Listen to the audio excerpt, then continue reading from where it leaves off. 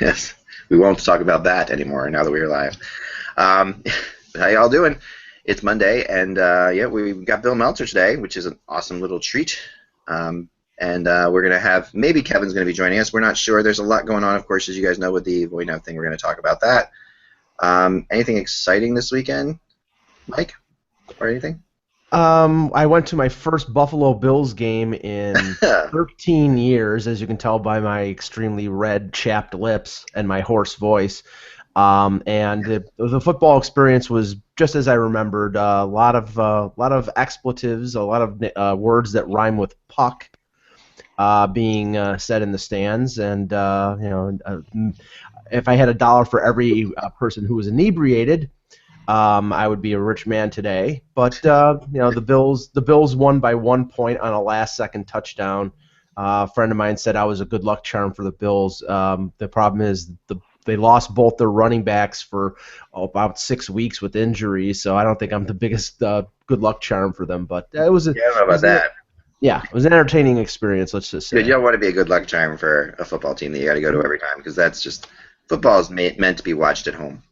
It just is. Yes. It's one of those sports. Just hockey's better live, but football to me is not as good live. I mean, I've been to many of them.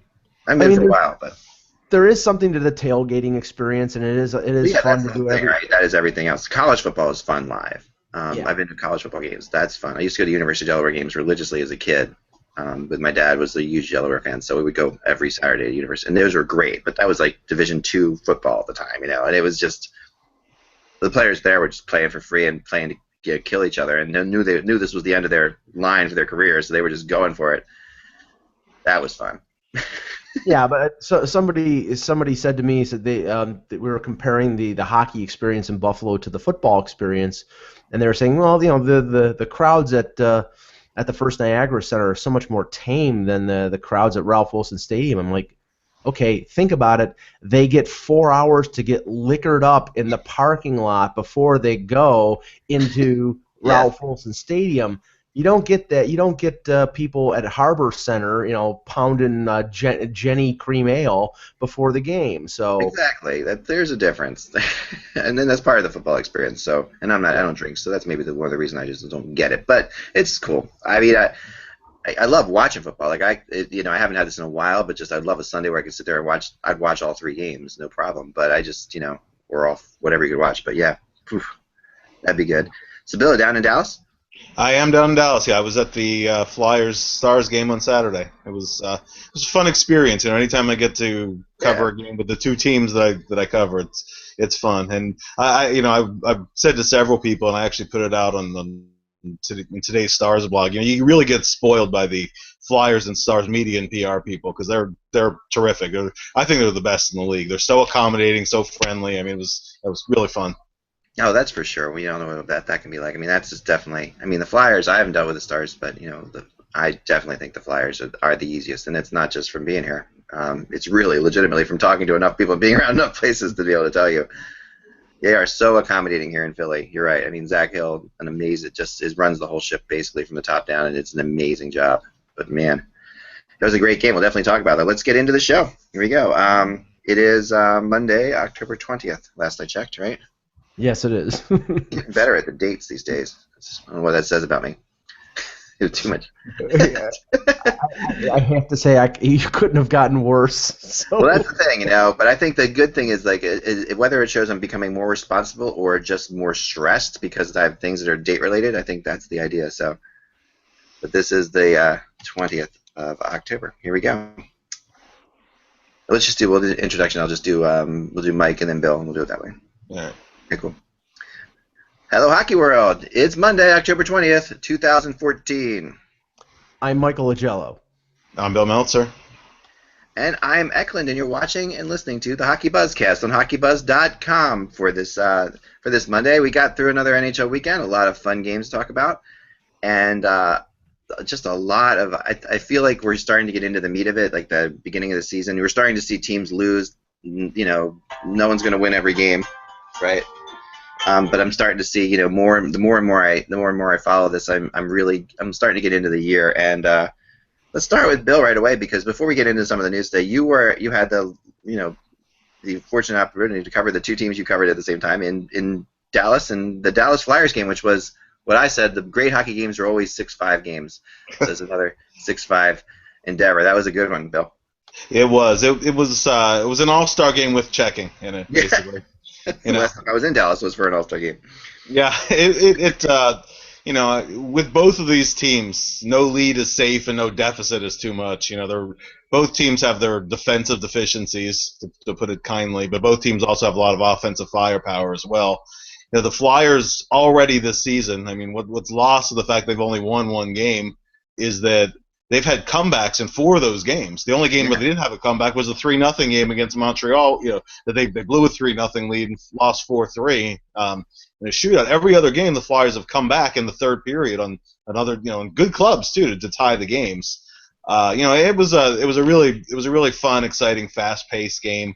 Both teams I think got a little bit exposed. Defensive weaknesses in that game. I mean, Dallas really got outplayed in that third period, but just the firepower, the way they can move Spets onto the top line with Seguin and Ben, the way they can create chances is just unbelievable to watch. And Seguin had a 3-point game. It wasn't even one of his best nights. I know. Just crazy. It was fun. It was really fun to watch, and just to see, you're starting to see the Flyers moving the puck better. I think Del Zotto's improving a lot, just game to game. It seems like he's starting to get his. I mean, he's still what he is, and I think the part of what the Flyers have to accept with him is that he is what he is, and he's not going to be a defensive defenseman. But if you allow him to do his thing, he does create a lot of chances. He does. When he has the puck on his stick and he's carrying it up the ice, they miss that element. I think he's getting a little bit of his offensive confidence back. As you said, his play without the puck is still needs a lot of work. We'll put it that way. But I think the other thing that's been very obvious is how much the team has really missed Braden Coburn. There are all those Coburn trade rumors and a segment of Flyers fans that want to get rid of him. Well, I think you've seen in the last 4 games what the Flyers would look like without Braden Coburn, and it's not a pretty picture. Not that Coburn is an all-star by any means, but it's just his ability to eat minutes, his mobility at the size that he has. Yeah. There aren't many guys his size who can skate like him, and he can move the puck fairly well too. And the Flyers have really, really missed him. I mean, Nick Schultz filled in capably for a couple of games, but he's kind of come back down to earth in the last game or two, and beyond that, it's a thin picture after Andrew McDonald. Mark Streit is an offensive defenseman. Grossman blocks a lot of shots and is a pretty good penalty killer, but he's not a guy who's going to skate all that well or move the puck for you. So I think that I think the Flyers are what they are. I think they're going to hover around. They're going to hover around the bubble in the playoff picture. I think for a lot of the year. Despite being 1-2-2 at this point, I think they'll be all right, especially offensively. Yeah, offensively they've seemed to be bringing a lot. I guess the big question right now for the Flyers is Mason getting again, as is typical. But I didn't think it was necessarily his fault, those goals. I thought what were your thoughts? Not at all. Yeah, not at all. I think that if you look at Saturday's game. Which one is he supposed to stop? There were two of them. The 2 goals by Trevor Daley were almost carbon copies of each other. And once that cross ice pass went across and he's at the bottom of the right circle, to try to move laterally as he's getting rid of the puck. I mean, that's a very, very, very tough save. I don't think you can't fault him in either of those. One of them was a 2-on-1. Yeah. Which ended up being a 2-on-0 because Streit ended up sliding to prevent the pass, and the pass still got across. So he can't stop that one. The other one was Jamie Benn wide open the doorstep. And the other game where he let in a bunch of goals was the Devils game, and that one there was only one that I thought was kind of on him. The other ones were all deflections, screens, and Patrick Elias left all alone. So also goaltending statistics are very volatile this time of year. It's like a pitcher's earned run average. One bad start or 2 bad starts are gonna throw it all out of whack. So I think Steve Mason is the least of the Flyers' concerns right now, to be honest. I'm with you, Mike. Well, over the weekend, I thought the interesting thing from my point of view was the home and home series between Detroit and Toronto. It raised a lot of concerns in Toronto about the Leafs. They lost both games. Friday night, the team really didn't show up. A 4-1 loss to Detroit. Zetterberg had 4 assists. Johan Franzen had a couple goals. The thing that was a little more disconcerting was the fact that that Detroit lost Jimmy Howard to a groin injury. They lost Franzen to a leg injury. They go back to Joe Louis Arena, and the Leafs still lose. Although they put a much better effort in Detroit. It was 0-0 into overtime, and Zetterberg scored with about 8 or 9 seconds left to go in overtime to give them a 1-0 victory. Jonathan Bernier played fantastic in Detroit, his first really good performance of the year, but the inconsistencies of Toronto right now are starting to, raise concern. The 2 games that they've won are the only 2 games that Phil Kessel and James Van Riemsdyk have scored. The games that they haven't registered a point, they've lost all 4 games. They're not getting consistent production out of the second and Kadri. Kadri's ice time has been limited at times because he's just not playing defense. He still struggles in that respect. Their defense, Jake Gardner was benched for a couple games, as we talked about last week. And after 6 games, the Toronto crowd has thrown the jersey on the ice twice. Radio stations and media in Toronto are already openly questioning whether Carlisle should be fired after 6 games. I mean, it's a little much. I mean, I think not that panic has set in, but I think the criticism that's the default. If they lose a game, it's immediately let's go to the critique. And I honestly, I don't think that Brendan Shanahan is going to fire Randy Carlisle after 6 games or after 10 games. I think he's going to be given at least the first half of the season and maybe the entire season if they stay in competition for a playoff spot. But as I mentioned to you earlier, GM Dave Nonis was spotted in Edmonton scouting the Oilers Canucks game Friday night. Dun. and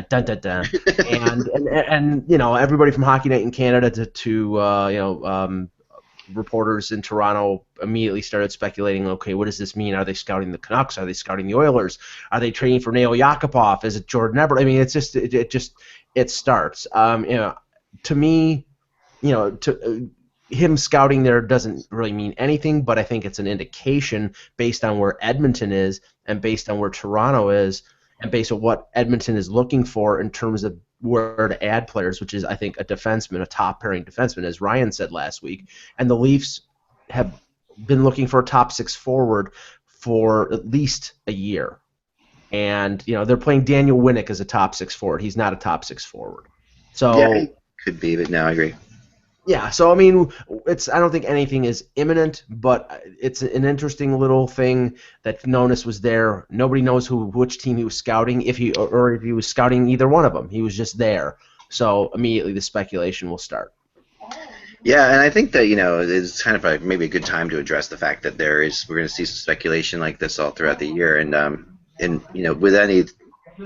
For a couple of reasons. One, because everything is so close, and to make the playoffs in the East or the West, you can't go on long streaks of losing. You got to sort of put if there appears to be a problem, people are going to try to nip it in the bud.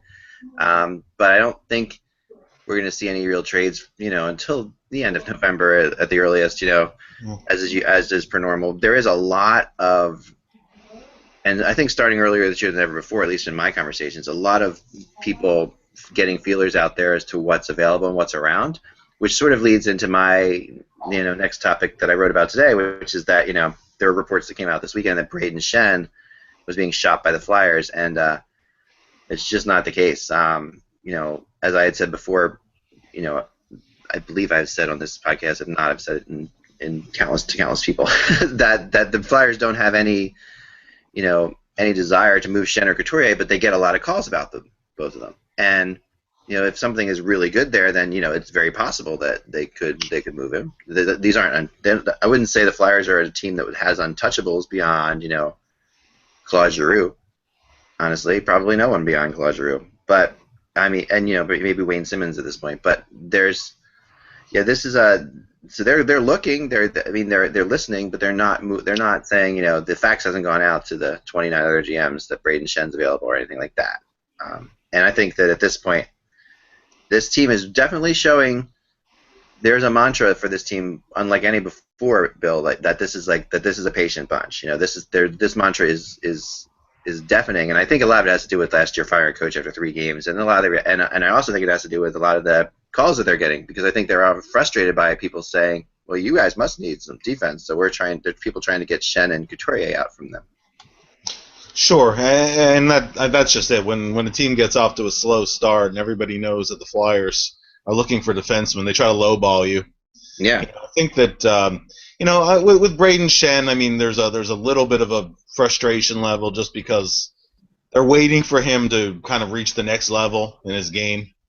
And he started out the year playing first line left wing, and Craig Berube was, he didn't hide the fact that he wasn't happy with what he saw from him the first 2 games, saying that he needs to skate faster, think faster, play faster in general. So they moved him down to the second line. Even after Lecavalier got hurt, they've kept him at left wing. I mean, one thing they want to do is they want him to get used to playing left wing. They're not going to move him back to center unless they can avoid it right now. Because I think smart. Yeah. I think that's smart, yeah. But it's also difficult to judge what Braden Shen is based on that, because he really is a center. He's moved back and forth a bunch of times in his career. It would probably help his development if they just picked a position and stuck with it. I agree. And I think it goes in with what you were saying, that I think there's an organizational philosophy now, starting with Ron Hextall, that they're going to be patient with things. So they're going to stick with Braden Shen on wing for a while and see if he adapts. They're not going to rush guys like Shane Gostisbehere to the NHL. They resisted the temptation to have Samuel Morin start the year in the NHL, but he came very close. And I have a feeling that Craig Berube was in the camp that, hey, it couldn't hurt to give him his 9 games and see where it goes from there. But I think Hextall's made his mind up. He's not going to rush players. So even though, for example, Scott Lawton, that was the Flyers' first round pick back in 2012, even though we had back-to-back 2-goal games for the Phantoms this weekend, and Lecavalier is out, so you figure, okay, maybe there's a spot to call him up right now.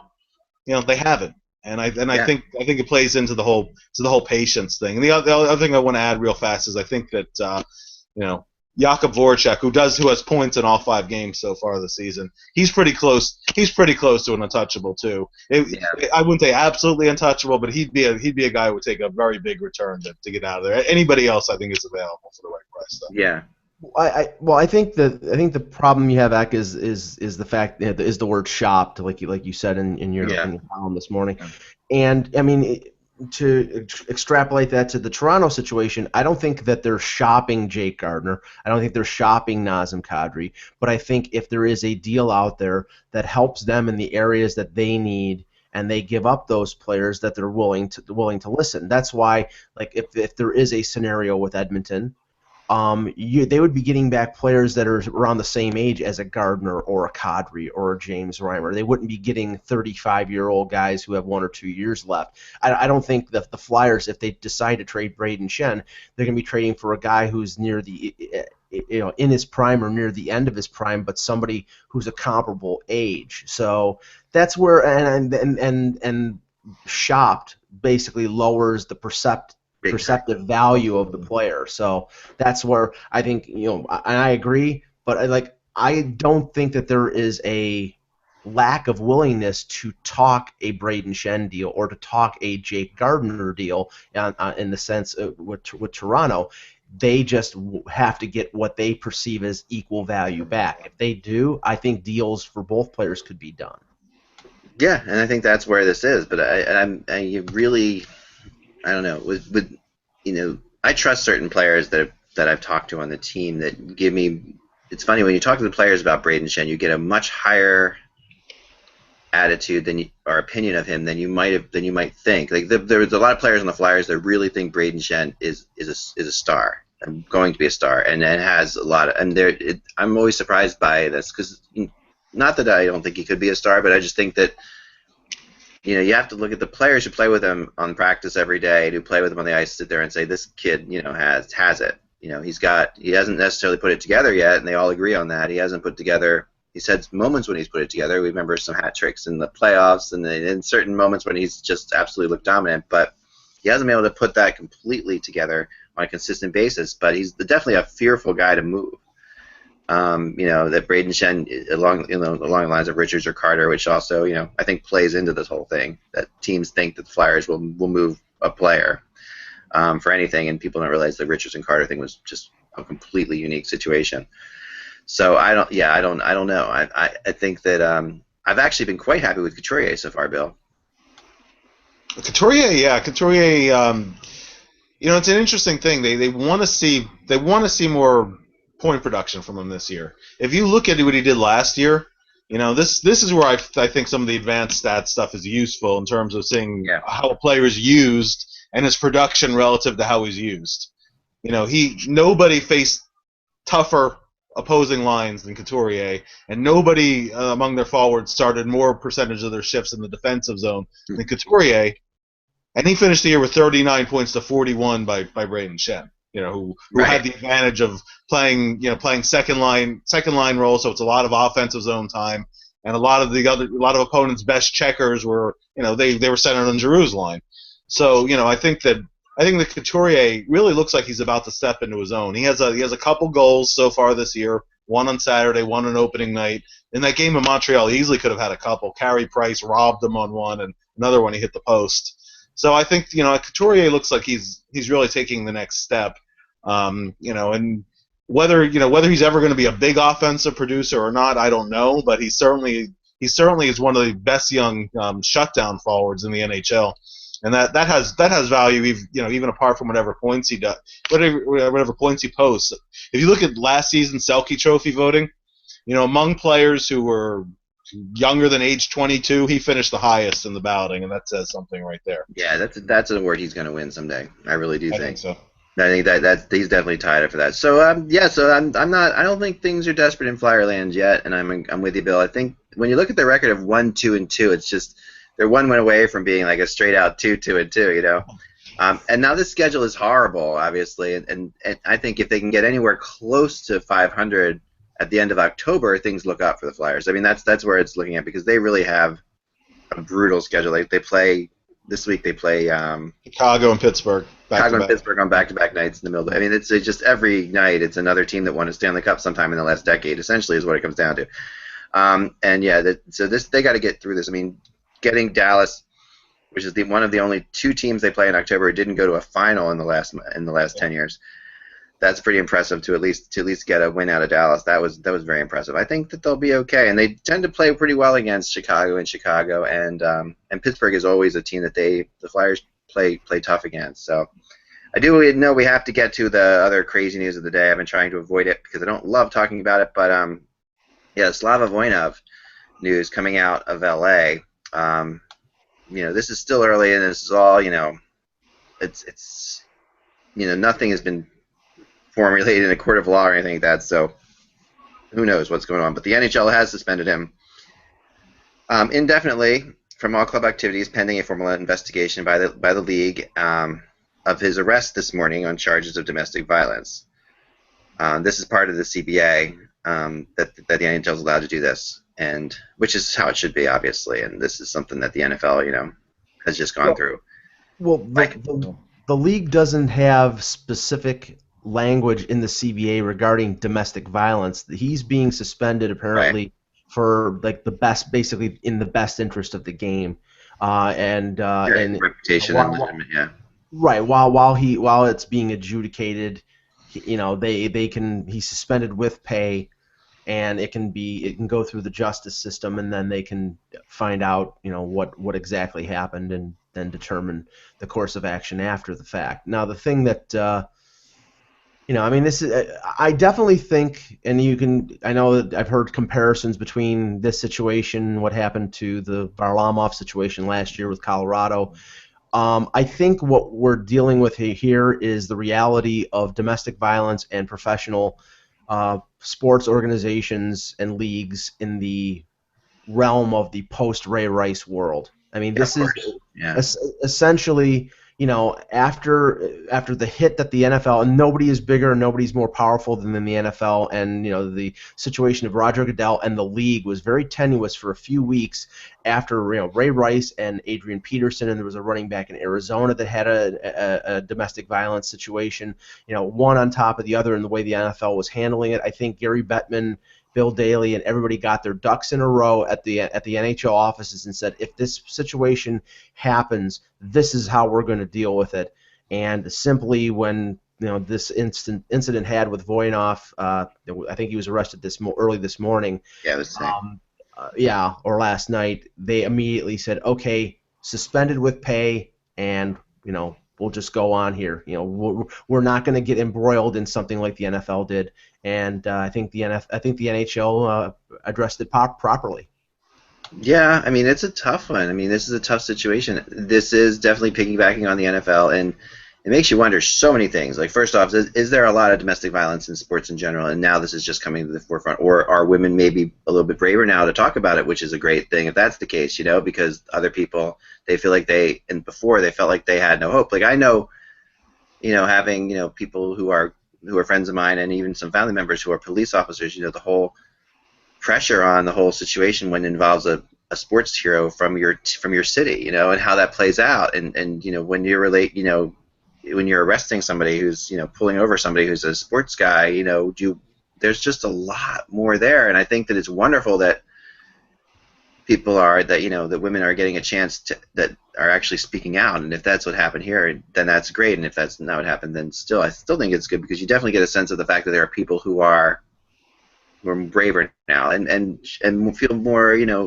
able to talk about it, which is good, which is really good, because it has been such a taboo, but it makes you wonder how deep this goes in sports, like how prevalent this is, and I mean, I don't think it's at all a majority, or even I think 99% of all players are probably perfectly fine that this doesn't happen, but if you take any group of any individuals that have this, there's going to be a percentage of them who are probably going to be involved in domestic violence. So we're finding that out too. So that's, what I mean? There's a lot of different things, and it's hard to really put your finger on it. I think all we can talk about perhaps here is how the NHL handled it, which I think is good. I think this is the way it has to be handled.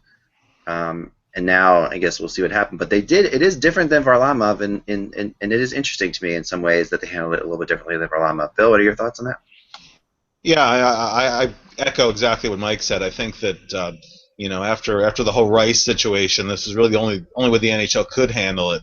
Yeah. I think that had this happened at the same time that the Varlamov situation happened, it might have been handled the same way that one was as well. Yeah.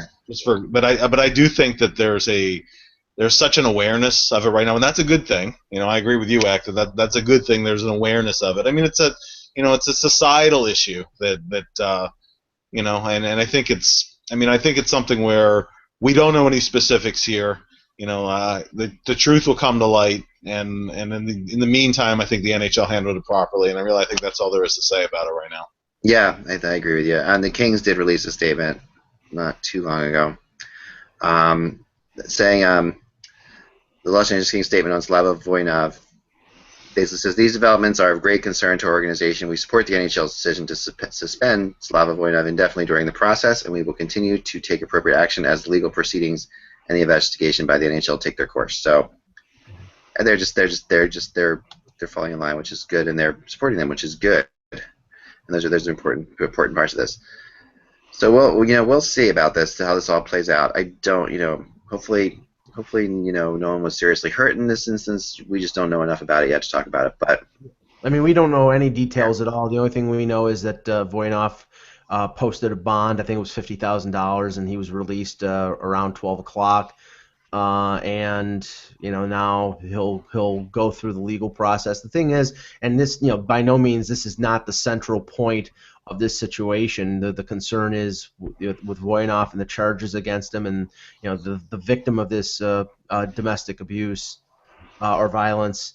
But now you're talking about with the Kings themselves. You're talking about one of their more valuable defensemen. Probably second only to Drew Doughty in terms of the quality on their blue line and how it'll affect that team. They did win the Stanley Cup last year. They do have a lot of depth, and like I said, that the concern of that is secondary. But I'm sure to Dean Lombardi and to Daryl Sutter, their concern is who we have on the blue line now, and we'll see how they react to his absence. Yeah, that is it. And I guess later there is some details from TMZ, which is scaringly pretty good at things like this. Yeah. And I mean, and I hate to say it, that way, but they are, they have a reputation for doing everything. But when they do have a pretty good sources on stuff like this for some reason. They're the ones who broke the story on Ray Rice. I mean, so the woman who allegedly was attacked by LA Kings star Slava Voynov was injured so badly she was rushed to the hospital, where staffers called the cops on Voynov. TMZ Sports has learned. Law enforcement tells us Voynov was actually arrested at the hospital in Torrance, California, at 1 a.m. Monday morning on suspicion of domestic violence. We're told Voynov had accompanied them shortly after they arrived. The hospital staffers called authorities to report Voynov as the person suspected of attacking the woman. One source tells us the woman claims she was in a relationship with Voynov. So, and he was hauled to a nearby jail where he was eventually released on $5,000 bail. So, that's for what it is. That's TMZ's report on this. I don't know. I don't have anything. I don't have any sources, or no one in this panel has any sources to be able to fill that any further. So, just hope everybody's okay as things go along. Let's talk a little bit about the Lightning, because the Tampa Bay Lightning have some things going on right now, and they are getting back. Druin's been called up, and he's going to play. Has not played yet, correct? He's going to play this week. No, his debut is tonight in Edmonton, I believe. Tonight in Edmonton, right? Yeah, he did play over the weekend for Tampa's AHL team. I believe it's in Syracuse, and he scored a goal and 2 assists, I believe. I saw the highlight of a goal that was the winning goal. I think it was a breakaway goal, and from what I saw for about 30 seconds, he looked impressive. But we'll get a better chance to look at him tonight in Edmonton. Yep, but unfortunately, on the same day that this happens, the Lightning learn that they've lost Victor Hedman for 4 to 6 weeks with an injury. And that's a bigger blow than anything I think this team, besides Stamkos right now, that they could suffer. I mean, I guess you could argue Bishop, but Edman's been fantastic this year. Beyond, he's a real reason that that the Lightning are still, I guess, have not lost in regulation. Hedman's an interesting case, Bill. I don't want to talk to you about him because I know you followed him for a long time, and I know that there were a lot of people who thought he was almost starting to call him a bust. Now suddenly Hedman is definitely not a bust. Yeah, and then it's a devastating loss for the team. He's played really, and it's just a few games, but he's played at an all-star, if not even a Norris Trophy kind of level over that short span. Definitely. I mean, he's a classic case in point of why you have to be patient when developing young defensemen. You really have to be ready to wait 5 years. From the time you draft, even if they're NHL ready or young, they're going to go through a learning curve, and they're going to have those struggles. Almost every guy goes through it. Chris Pronger in Hartford in his first year in St. Louis really struggled. Doughty had some early ups and downs too. It's not always a smooth ride with these guys. And I think it's a case in point. For example, you look at I think it's a lesson that the Devils might want to pay heed with Larson, for example. Yep. Because he struggled early in his career. Not as now Hedman, he struggled more than Hedman did early on. But Hedman was very inconsistent for a long time. Had some injury issues and just general inconsistency. But I think finally the maturity has caught up with the physical tools. Not the maturity off the ice, because Hedman's always been a good kid with a good head on his shoulders. But just the maturity as a hockey player, and just how poised he is, as well as how the combination of size and skill that he brings. It's a tough loss for the Lightning. They've assembled a lot of depth on that squad, but I think that, as you said, other than Hedman or Bishop, that's the guy they could least afford to lose for a long period of time. So I mean, they're still a good club, but it's going to hurt. The question here, Bill, is how did Hedman get left off the Swedish team last year? Still, I mean, that's still. I mean, I guess it's 20/20 hindsight, but even last year he was very good. I mean, last year he was coming into his own as a possible Norris candidate. Yeah, he deserved to be there. I mean, there were people I know in in Sweden, including a couple who were formerly associated with the Swedish Ice Hockey Federation, who were scratching their heads over that one. And Hedman took it kind of personally. I don't blame him. I'd have taken it personally too if I were him. But that was definitely a head scratching move, and I really can't explain it personally. That's nuts. I mean, up until last year, Hedman seemed to be the poster child for rushing a player who at 18 years old into the league. We've always talked about Luke Shen, about how I think the Leafs did him a disservice about putting him in as an 18-year-old in a situation where he was going to, and he actually played well as a rookie, but didn't learn some bad habits going forward, and I don't think it benefited his career. Hedman made the Lightning as an 18-year-old, and didn't have bad seasons, but didn't live up to the second pick in the draft behind, I believe it was Tavares. Right. And only last year did he really come to the forefront and have a great year. I mean, this is a loss. I mean, he's going to be out for 6 weeks. I mean, it's better that it happens in October than it happens in March, because I think this team, they're going to make the playoffs. It's just a question of whether they're going to finish in the top 3 or if they're going to be in a wild card. I think they're going to be top 3 in the Atlantic Division and position themselves well for a playoff run if everybody stays healthy. But Hedman, he looks. I think he's a Norris Trophy candidate if he keeps playing this way. And like I said, lucky that it happened now. And it's a fractured finger, and it's not something that could have debilitating effects on him going forward. So, yeah, and I'm glad you brought up Larson too, because he's definitely been the subject of trade rumors recently as well. And this weekend, I heard the San Jose Sharks had interest in him.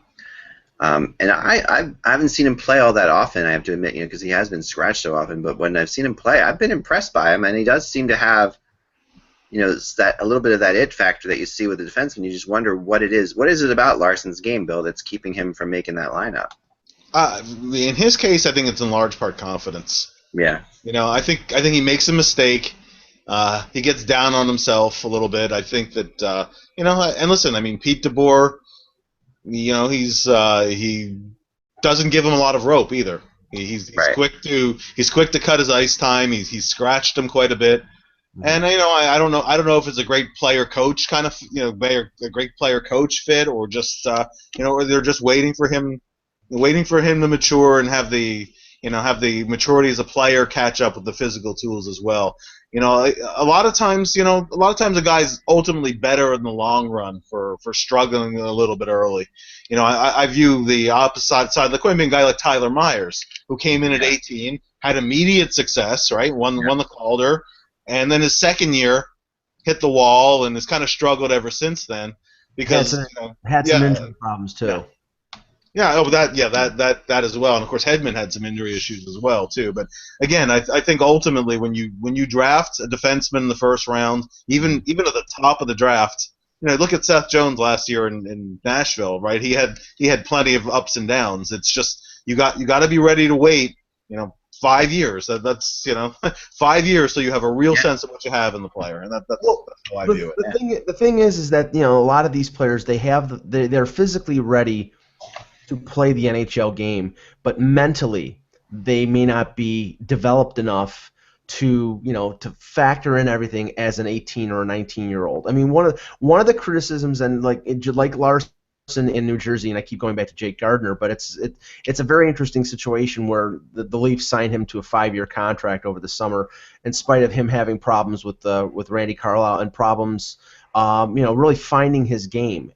This year, it's the same problems. Defensively, in his own zone, he's just not good. Offensively, he has enough talent to be an all-star. Just defensively, he's at times a liability. And for a player who played 3 years in the NCAA and now in his third year in the NHL, you expect those concerns, those problems, to sort of fall off. Otherwise, it's a player who just doesn't seem to learn what it takes to be an effective player at the NHL level. Guys like Hedman, who've played since they were 18 in the NHL, they've adapted, they've learned, they've become more effective. But you have to hold on to these defensemen for 4 or 5 years. But after 4 or 5 years, if they haven't learned what they need to do, then they're pretty much what they are and what they're going to be for the rest of their career. I think Adam Larson has a possibility of still being a very good NHL defenseman. It just may not be in New Jersey. I agree. And that's the other thing, right? Because you have systems here at work. Like New Jersey has a very specific kind of system that a defenseman has to mold his game into, and where Tampa has way more of a creative, more open system, and both works for both teams. So you got to give Larson even a little bit more leeway if his game doesn't necessarily fit into the Devils' system, and they're not willing to go around it. Mm-hmm. I mean, that's a problem too, right, Bill?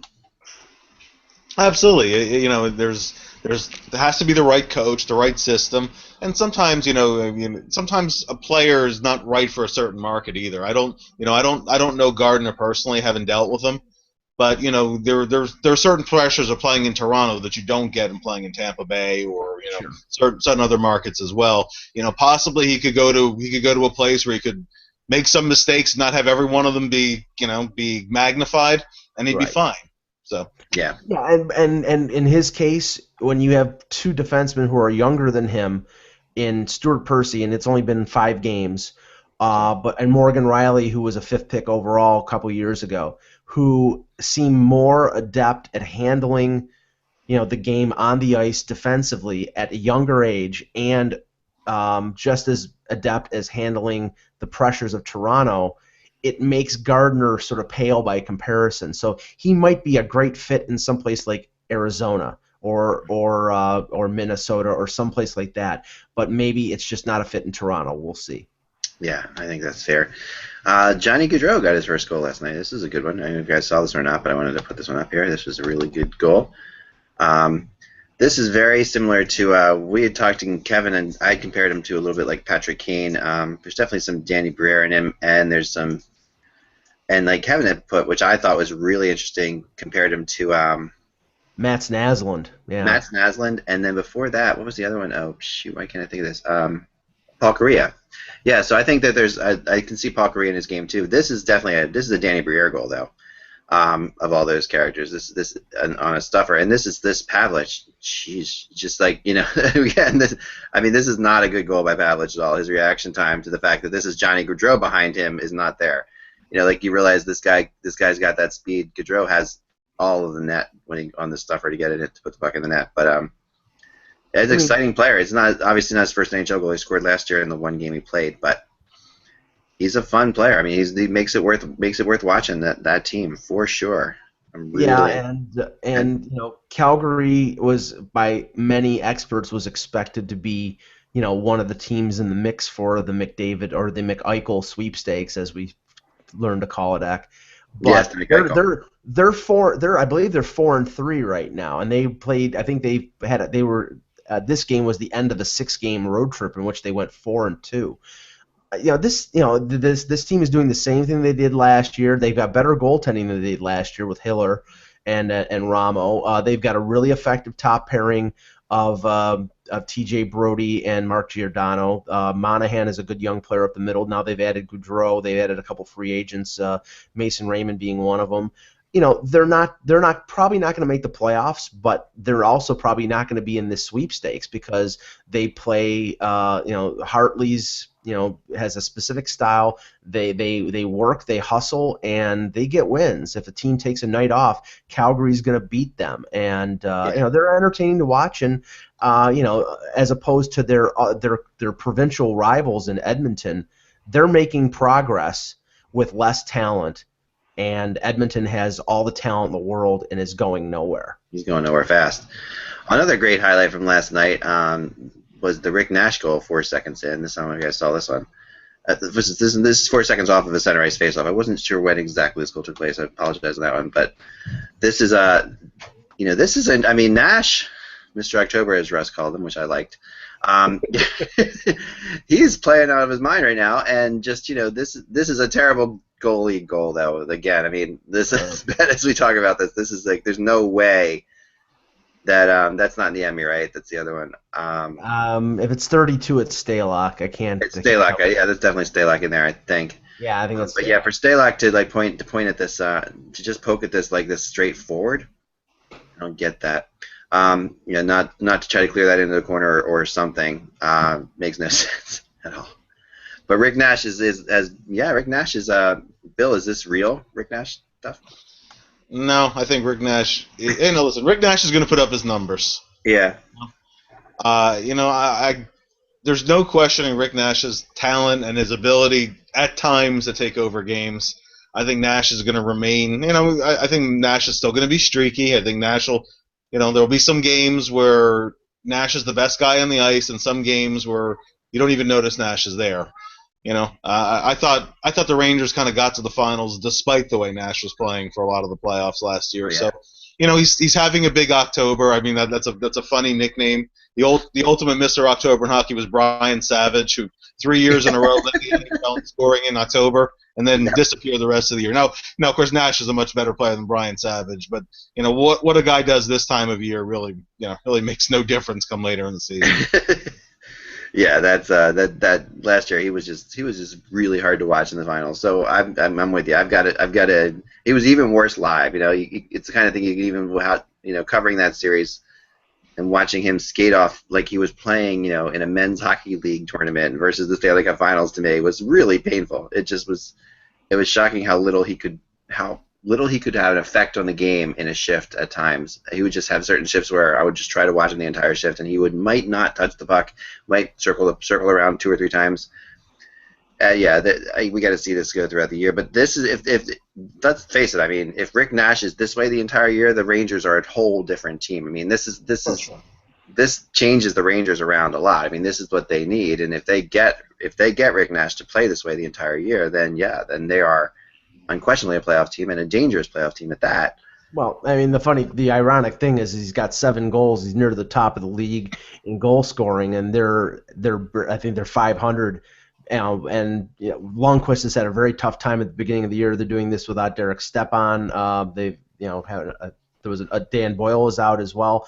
So they're really not making any. They haven't jumped out to a 5-1 start on the strength of Rick Nash scoring all these goals. They've just been breaking even. So it's you think that kind of goal scoring would propel them forward to a first. Well, and that's the concern, right? Because if he doesn't score those goals, then where are they? That they need the Rangers. I mean, without stepping that they have issues scoring wise, and as do a lot of teams if you take away their top players. So I'm not blaming them here, but they have to.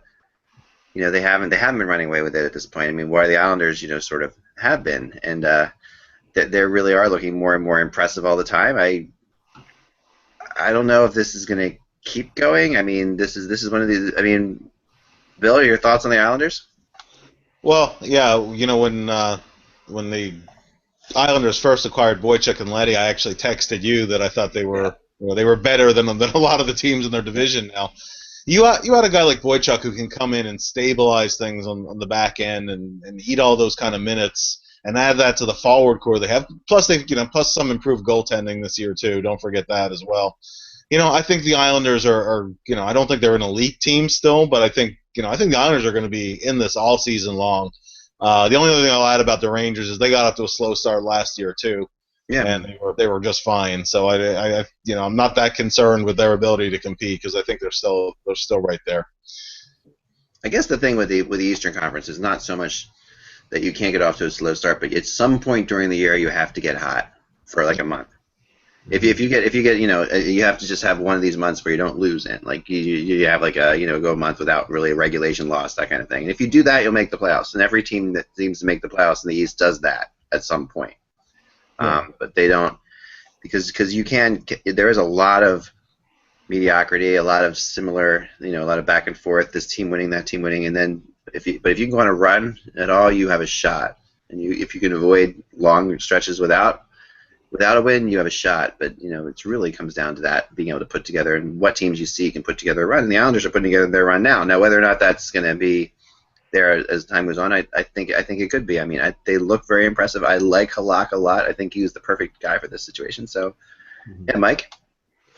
Yeah, I mean, I agree with that. I mean, you look at last year, Toronto started out 10-4.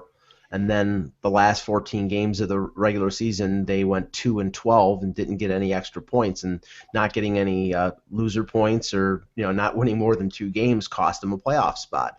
The Islanders, now they have more veteran players on defense. They're getting Lubomir Wisnowski back in the next couple days. Tavares doesn't seem to have any kind of ill effects towards the knee injury that he suffered at the Olympics last year. They're getting some production out of Opozo and Ryan Strome and Josh Bailey, and so I mean, right now, if things continue to go the way they are, I think they are a playoff team. But one injury or one losing streak, and things could be completely flipped. So I mean, that's why it's an 82 game season. It's a long season. They aren't exactly a stable organization. So I mean, I'm yet to be completely convinced. But for long-suffering Islanders fans, it's right now it looks to be a good thing. I also want to point out something, Mike, to you that I thought you would enjoy before we end the show today. This little page here. This is in the middle there. You can see Brad Richards with 4 games played and no points at all. I was waiting. For those of you keeping track, I bet Mike that Brad Richards would not score 50 points this year. So whether or not he does or not, I don't see him as a 50-point scorer anymore. Even if he's playing on Chicago, even if he's playing with good lines. This is an issue, though. I mean, you gotta get some points if you're Brad Richards in 4 games. I mean, yeah, I'm a little surprised. I mean, I still think that he is going to be their number 2 center. I'm not sure if he's being if it's being limitation because of an injury right now or what's going on in Chicago, but. If he's played with skilled forwards, I think he's going to score. So I'm not ready to give up the fight just yet, Eck.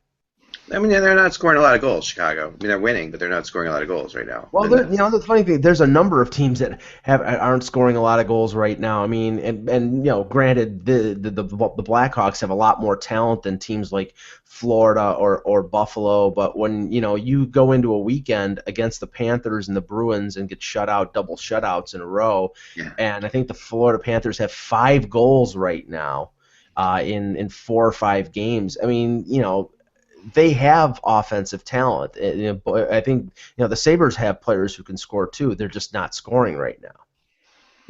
Yeah. I mean, that's the bottom line, right? So I don't know. Someone points out in the chat room, Derek does, that John Scott has more goals than Brad Richards. So yeah, you might be out. You might be out a steak dinner there at some point. That to me was just, I don't know. We'll see. Anything can change. And now that I say this, he'll probably put up a 4-point night against the Flyers in 2 nights. But I think it's tomorrow night, right? Tomorrow night, yeah, the Flyers in Chicago. I think so. Yeah. So we'll see. Anything's possible. But I'm wondering who he's playing with. I'll finally get a chance to watch the Hawks tomorrow night and see who he's playing with.